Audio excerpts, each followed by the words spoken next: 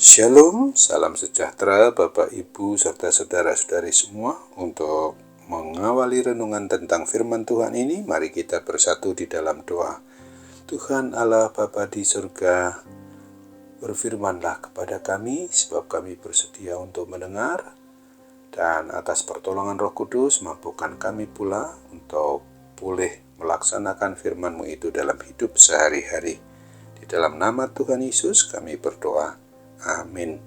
Sebagai nas renungan firman Tuhan hari ini diambil dari 1 Korintus 15 ayat 12 sampai dengan ayat 14 yang berbunyi demikian.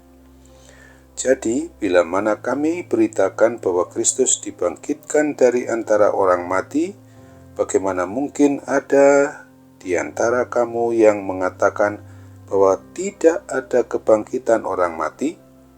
Kalau tidak ada kebangkitan orang mati, maka Kristus juga tidak dibangkitkan. Tetapi andai kata Kristus tidak dibangkitkan, maka sia-sialah pemberitaan kami dan sia-sialah juga kepercayaan kamu. Sebagai tema yang diangkat dari nas renungan kita ini adalah, apabila Kristus tidak bangkit dari kuasa kematian, sia-sialah iman percaya kita.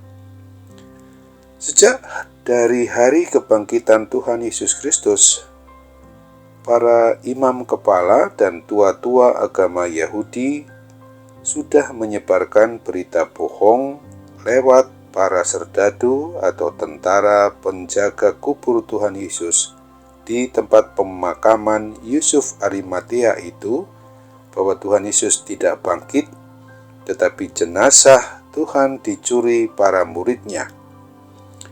Akibat dari penyebaran kebohongan tersebut, banyak orang yang tidak percaya kalau Tuhan Yesus sungguh-sungguh bangkit dari kematiannya. Oleh karena itu, Rasul Paulus mengingatkan sebagian orang Kristen yang murtad atau tidak percaya lagi akan kebangkitan Tuhan Yesus, supaya sadar lalu beriman percaya kembali atas kebangkitannya itu. Sebab apabila Tuhan Yesus Kristus tidak bangkit, maka sia-sialah kita semua orang yang beriman percaya kepadanya. Sesungguhnya apabila Tuhan Yesus memang tidak bangkit dari kematian, maka tidak akan ada jaminan keselamatan yang diberikan olehnya.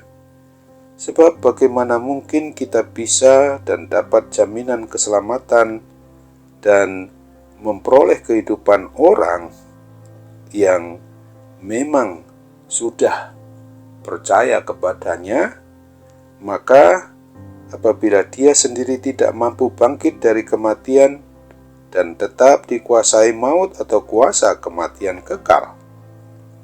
Sesungguhnya di saat maupun di suasana kita memperingati Tuhan Yesus sudah bangkit pada hari yang ketiga setelah wafat atau kematiannya, maka kebangkitan Tuhan Yesus itu adalah merupakan tanda kemenangan Tuhan Yesus sendiri yang mengalahkan kuasa maut, kuasa kematian kekal itu. Oleh karenanya pula, kita yang beriman percaya kepadanya dipastikan akan memperoleh kehidupan kekal dan dilayakkan menjadi warga kerajaan Allah di sorga hanya oleh anugerahnya saja. Kiranya oleh pertolongan Roh Kudus saja yang pasti dapat menguatkan iman percaya kita, agar kita berani bersaksi bahwa Tuhan Yesus itu adalah satu-satunya juru selamat bagi kita umat manusia yang telah mengalahkan kuasa maut, kuasa dosa, kuasa kematian kekal itu. Dan di luar Tuhan Yesus tidak ada seorang pun sejak awal kejadian umat manusia ada di muka bumi ini yang mampu bangkit dari kematian, lalu naik ke sorga menyediakan tempat bagi semua orang yang beriman percaya kepadanya.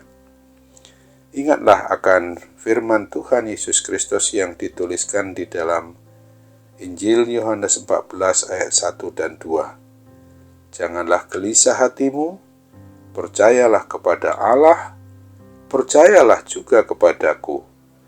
di rumah Bapakku banyak tempat tinggal.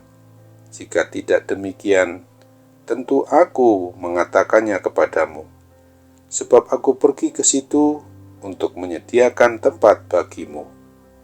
Amin. Mari kita kembali bersatu dalam doa. Tuhan Allah Bapa di surga, terima kasih untuk firman Tuhan yang sudah boleh kami renungkan, bahwa sesungguhnya apabila Kristus tidak bangkit dari kuasa kematian kekal itu, maka sia-sialah iman percaya kami kepadamu.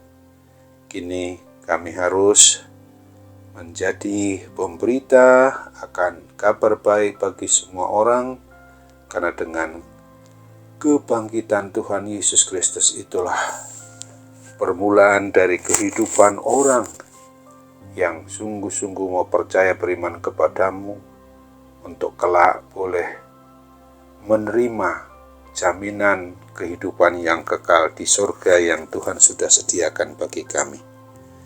Terima kasih untuk segala sesuatu yang boleh kami lakukan dalam hidup ini, ketika kami juga tetap bertahan untuk beriman percaya hanya kepada satu Tuhan dan Juru Selamat umat manusia, yaitu Tuhan Yesus Kristus sendiri saja.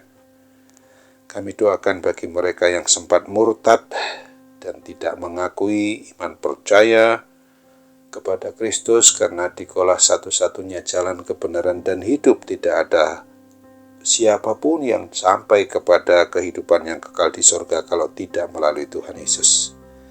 Kami ingin serahkan juga seluruh pergumulan kami supaya kami tetap bertahan. Jangankan sakit penyakit apapun, sesungguhnya kami dapat selalu hidup dalam kasih penyertaan-Mu. Hanya dalam nama Tuhan Yesus kami mau berdoa dan bersyukur dengan sebulat hati kami. Amin.